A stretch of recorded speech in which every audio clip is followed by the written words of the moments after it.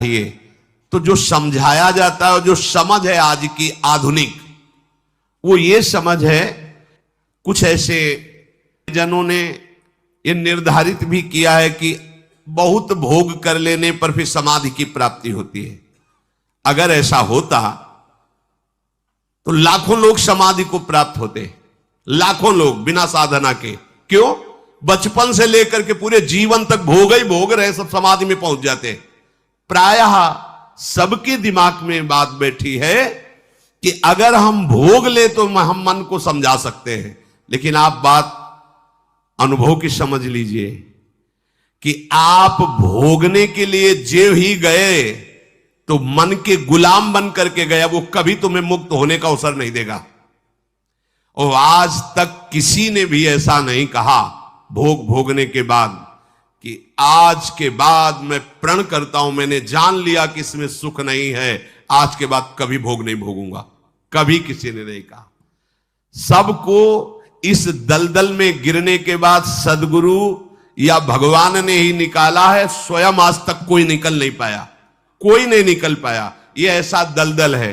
पर लोगों की भ्रांति रहती है कि ये जो मेरा मन जिन भोगों के लिए लालायित हो रहा है, उन भोगों को खूब भोगूं, फिर बाद में अनुभव जब हो जाएगा तब हम इनका त्याग करके फिर भजन मार्ग में चलेंगे।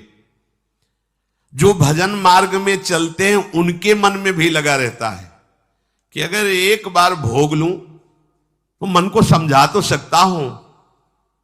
यह है आधुनिक सोच, यह है हमारे मानसिक सोच का स्तर। सब लोग देख लीजिए। अब भागवतिक सोच और शास्त्र सिद्धांत का जो मत है वो ये है, ये डंके की चोट से गाया गया है और इसी मार्ग में चल करके समाधि को प्राप्त हुए महापुरुष। एक भी कोई ऐसा समाधिस्थ महापुरुष बता दिया जाए विश्व में जिसने भोगों के भोगने के बाद समाधि को प्राप्त हुआ हो। जैसे हम भोजन कर लेते हैं तो लगता है अब कुछ नहीं, लेकिन 6 घंटे व्यतीत होते होते पर्चा बन जाएगा कि ये चीज फिर चाहिए खाने को।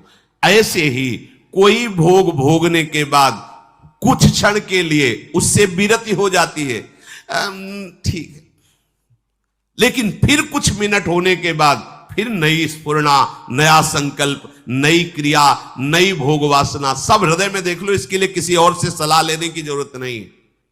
इसलिए ये जो संतों का मत है, शास्त्र का मत है कि भोगों के भोगने से भोग वासना दृढ़ होती है, कामना